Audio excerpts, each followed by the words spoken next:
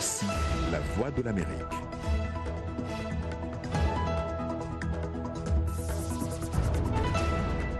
Madame, Monsieur, bonsoir. Bienvenue dans Le Monde aujourd'hui. Voici les titres de votre journal. Un nouveau souffle dans la lutte contre le djihadisme au Mali. La force française Barkhane s'implante dans le centre du pays. Plus de 2 décennies après, le Rwanda se souvient de la pire tragédie de son histoire moderne. Des commémorations ont lieu dans le pays. Notre envoyé spécial est sur place.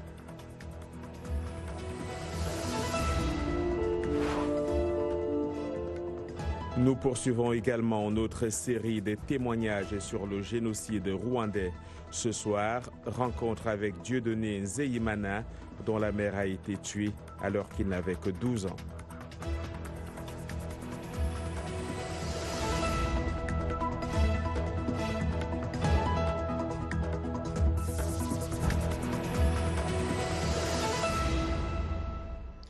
Bonsoir. On l'apprend à l'instant, selon l'agence de presse algérienne, le président de la République, Abdelaziz Bouteflika, a notifié officiellement au président du Conseil constitutionnel sa décision de mettre fin à son mandat en qualité de président de la République.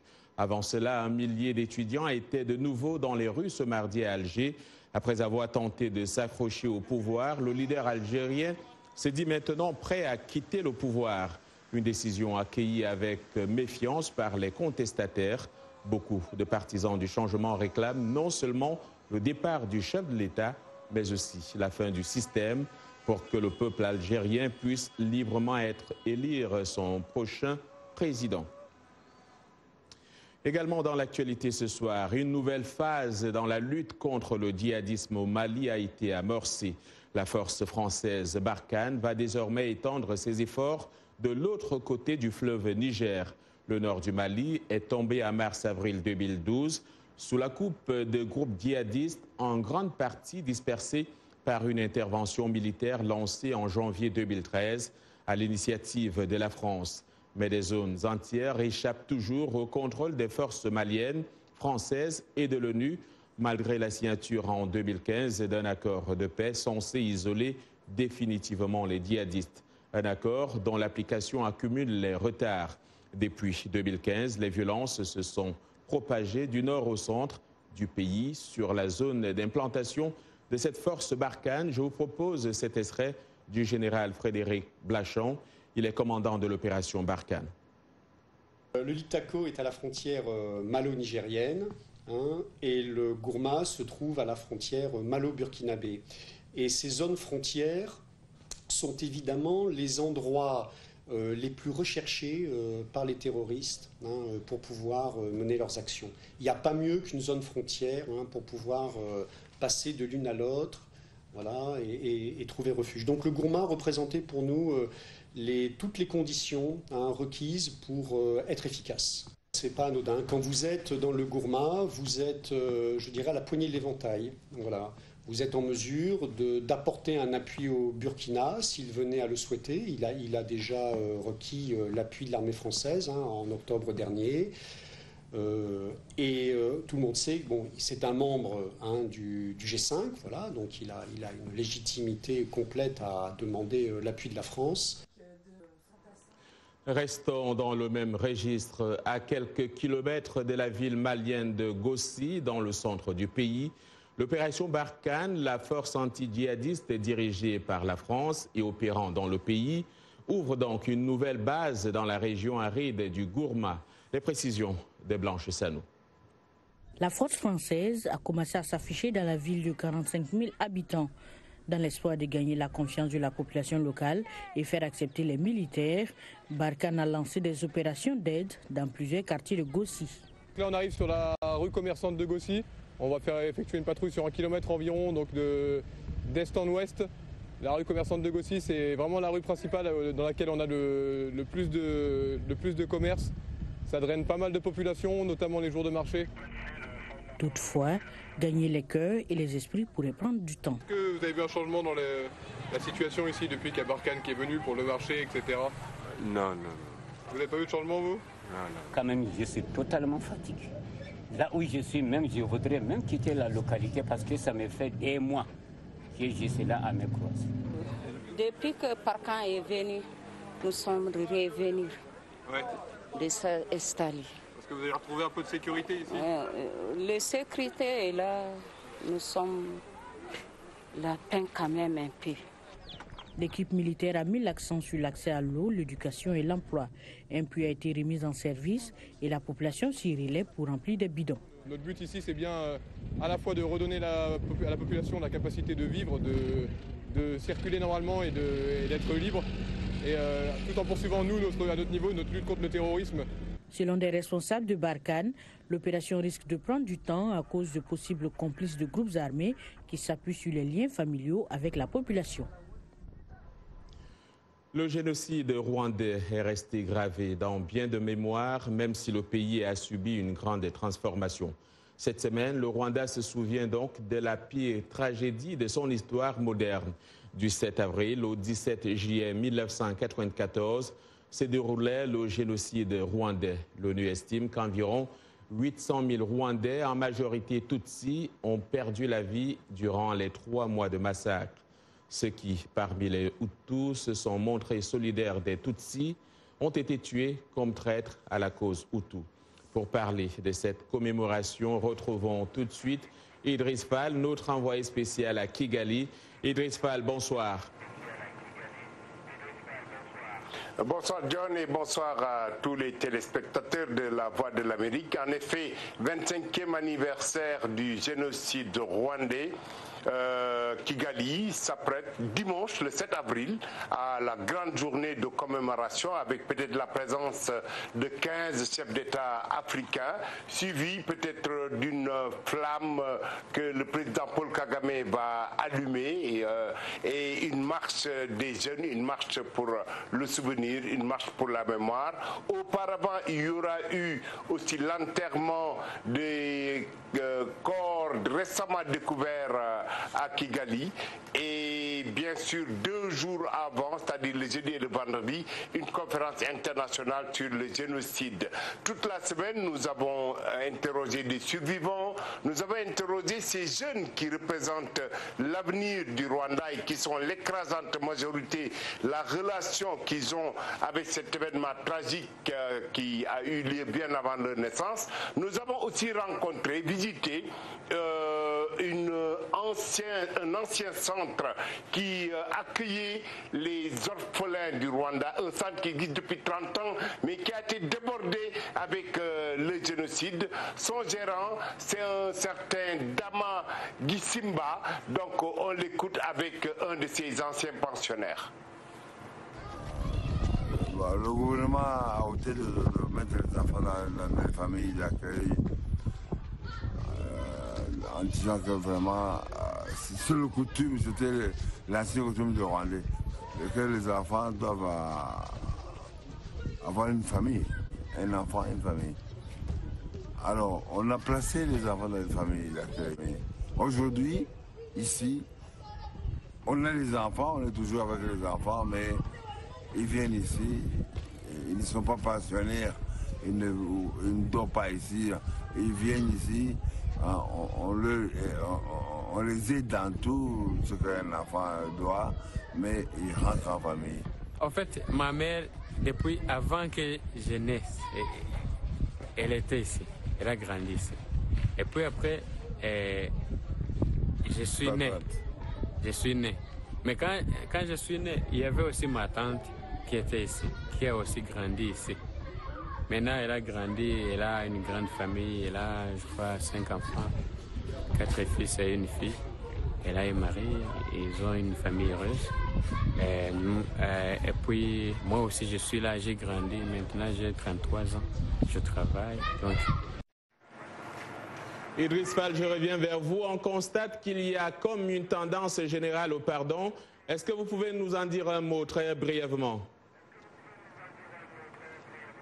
très brièvement, c'est que le Rwanda est constitué par une écrasante majorité de jeunes qui sont nés après les génocides. Et ces jeunes n'ont plus ce regard plus ou moins larmoyant par rapport à leur passé, mais ils ont un regard très optimiste par rapport à l'avenir, par rapport au futur du Rwanda. Ils se définissent d'abord comme des Rwandais avant d'être des Tutsis ou des Hutus.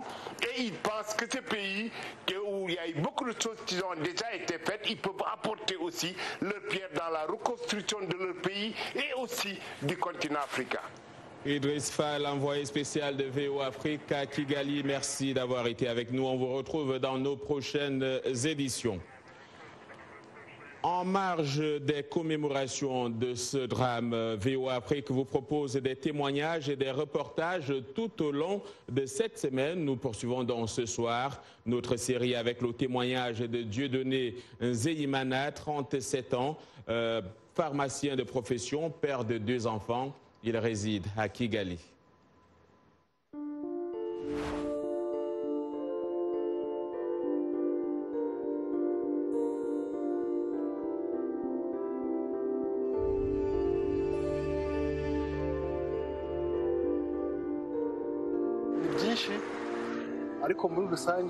Je me souviens de beaucoup de choses, mais en général, ce qui me revient à l'esprit, c'est la mort de mes 2 plus jeunes sœurs. J'ai toujours pensé que j'allais les revoir, à part d'avoir appris qu'elles étaient mortes et que leur corps avait été retiré des fosses communes. Je ne les ai jamais vues personnellement. Je garde à l'esprit que je vais une fois me réveiller et les revoir.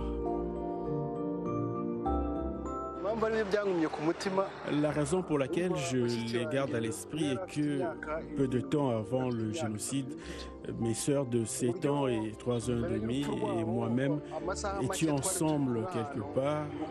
J'ai pris la fuite pour me sauver et je les ai laissés là.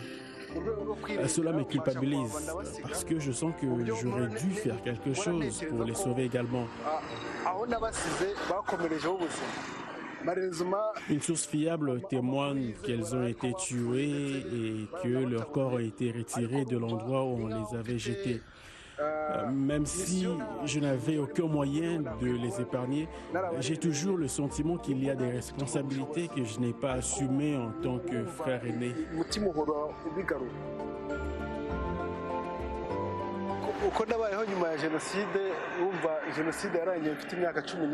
J'avais 12 ans quand le génocide a pris fin et je n'avais personne sur qui compter, personne pour prendre soin de moi et je me suis retrouvé à l'orphelinat Save de l'ancienne commune de Ngoma.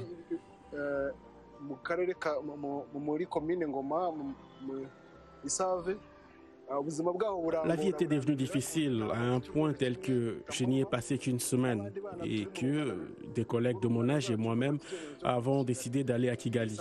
Mais je n'y connaissais personne.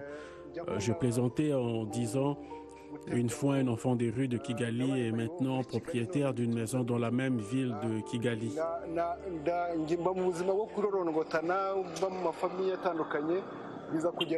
J'ai erré dans des familles, mais je me suis retrouvé dans un orphelinat religieux qui m'a élevé jusqu'à la fin de mes études universitaires. J'ai une maison et je suis père de 2 enfants. Tout d'abord, le pardon soulage la personne qui pardonne plus que la personne qui est pardonnée. J'ai assumé ce qui nous est arrivé et accepté le fait que nos proches ont été tués par des personnes que nous connaissons ou non. Notre cœur est pur, nous leur avons pardonné. Même si certains assassins n'ont pas demandé pardon et que d'autres ne reconnaissent jamais ce qu'ils ont fait, nous leur avons pardonné afin d'avoir le cœur apaisé et mener une vie paisible.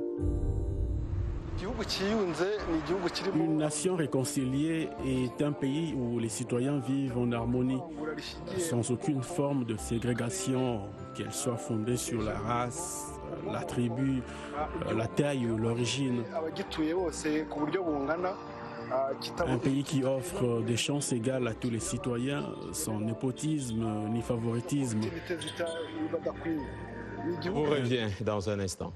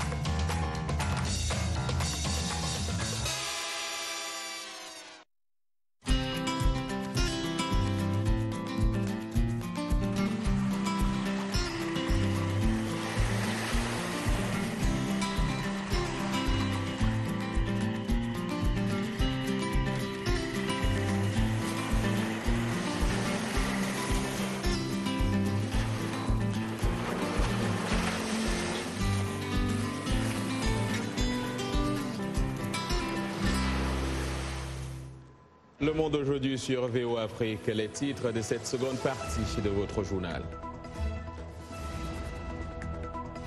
Ici aux États-Unis, la gastronomie est au menu de ce journal avec le hamburger qui entend ne plus être synonyme de malbouffe.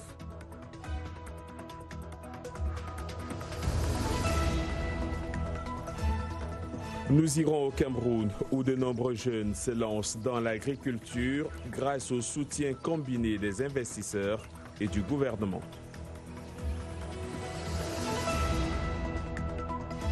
Et puis en sport, les finalistes du prix Marc-Vivien Foy sont connus. La liste a été dévoilée ce mardi.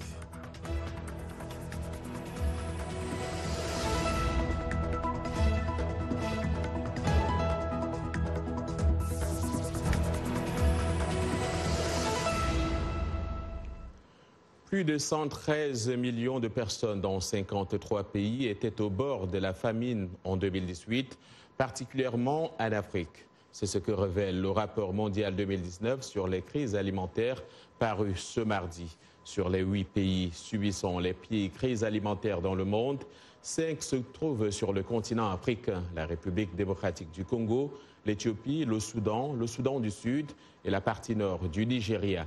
Avec près de 72 millions de personnes concernées, les pays africains sont touchés de manière disproportionnée par la faim. Les conflits sont restés la cause principale de l'insécurité alimentaire. Les 2 tiers de la population confrontée à la faim étaient basés dans 21 pays ou territoires en guerre. Donner un coup de pouce à la formation des jeunes vivant en zone rurale et leur apporter un soutien financier leur permettant d'investir dans l'agroalimentaire et de créer des emplois. C'est le but d'un programme lancé au Cameroun. Environ 2000 jeunes agriculteurs se sont inscrits au projet soutenu par le Fonds international de développement agricole, le FIDA, et le gouvernement camerounais. Les précisions avec Irénée Herman Umbo. Ferme d'Obala dans la région centrale du Cameroun. Gabriel est à récolte du poivre. Âgé de 26 ans, il fait partie d'un groupe de jeunes agriculteurs du pays qui se sont inscrits au programme PEA Jeunes, lancé en 2015 pour promouvoir l'agriculture chez les jeunes en vue de créer des emplois et améliorer la sécurité alimentaire. Une initiative soutenue par le Fonds international de développement agricole FIDA et le gouvernement camerounais. Si le PEA Jeunes m'a financé, ce n'était pas pour que je puisse caler seulement à une seule activité.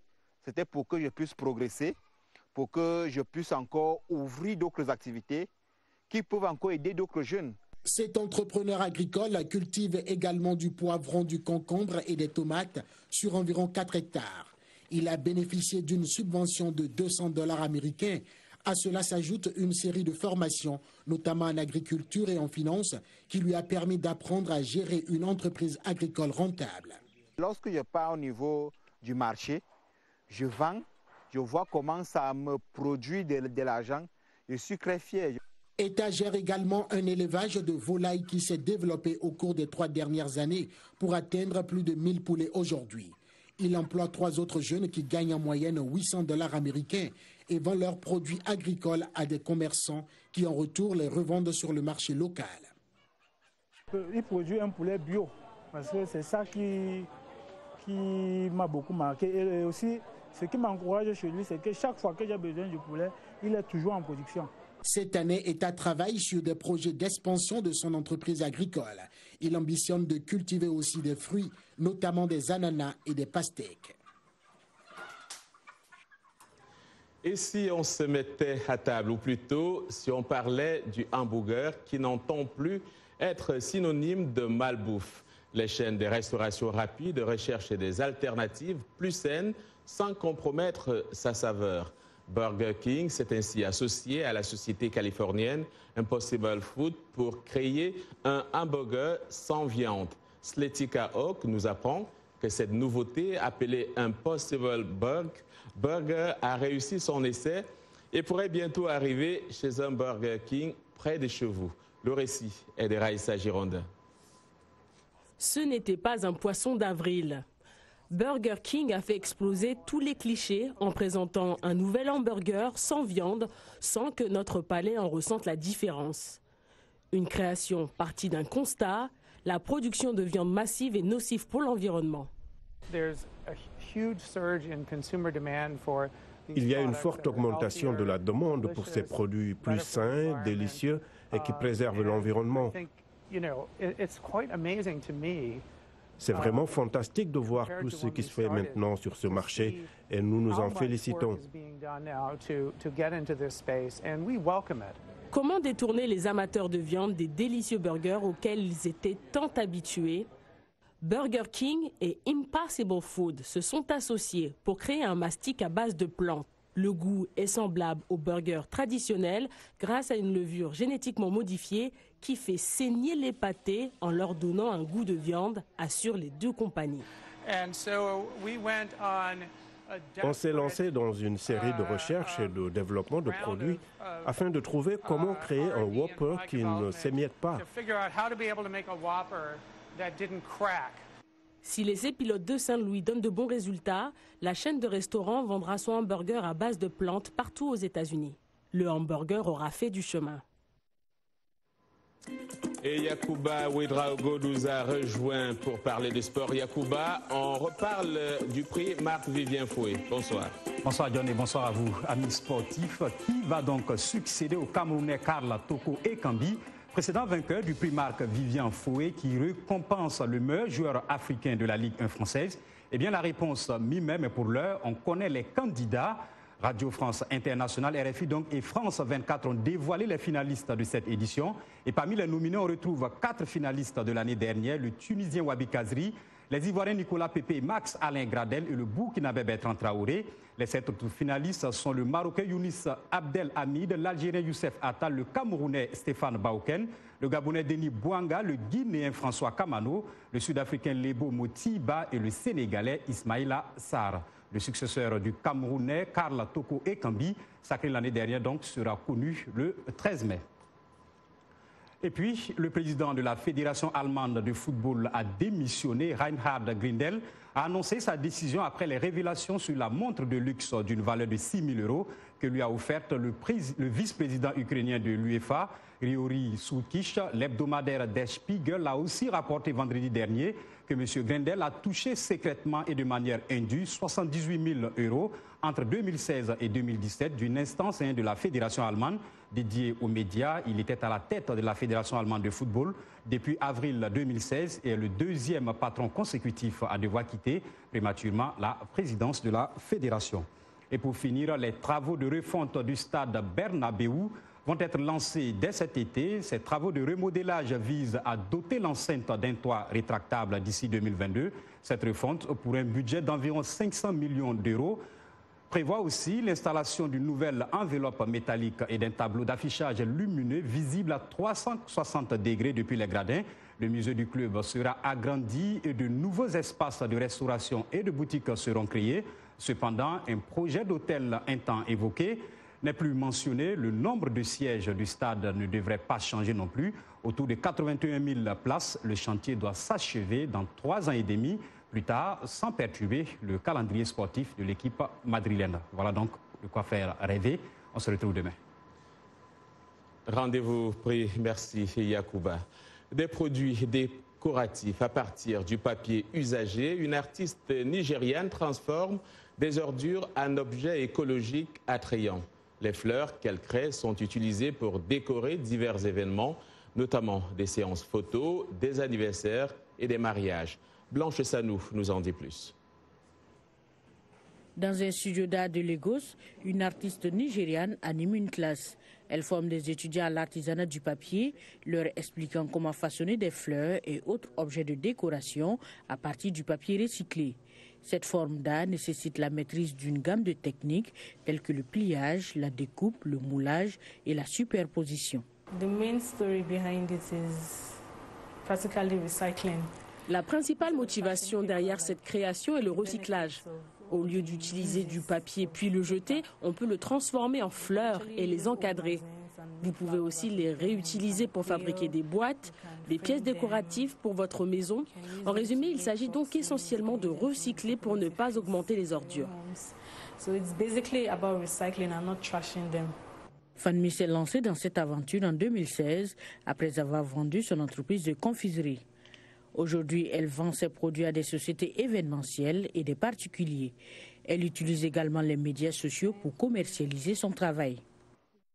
Les Nigérians s'adaptent vraiment à cela. Lorsqu'ils voient mes fleurs, ils s'écrient « Waouh, est-ce vraiment du papier? Puis-je le toucher? Quels matériaux utilisez-vous » C'est pourquoi je forme les gens à comprendre qu'ils peuvent créer quelque chose de beau avec juste de vieux journaux. L'artiste souhaite expérimenter davantage avec des techniques de fabrication du papier et élargir ses services afin de toucher le maximum de clients au Nigeria. Des jolis bouquets de fleurs qu'on aimerait donc avoir chez soi. Parlons à présent de cette opération de sauvetage menée par les gardes du service de la faune du Kenya qui ont mis hors de danger 3 éléphants enlisés dans les eaux boueuses du lac Cap Narok. Il est possible que ces éléphants se soient retrouvés bloqués alors qu'ils cherchaient de l'eau. Diverses méthodes ont été essayées dans cette opération qui a aussi vu la participation de la population. Mais si les éléphants ont été sauvés, les rangers sont confrontés à un problème beaucoup plus grave, celui de la rareté de l'eau dans la région, avec notamment l'assèchement des rivières.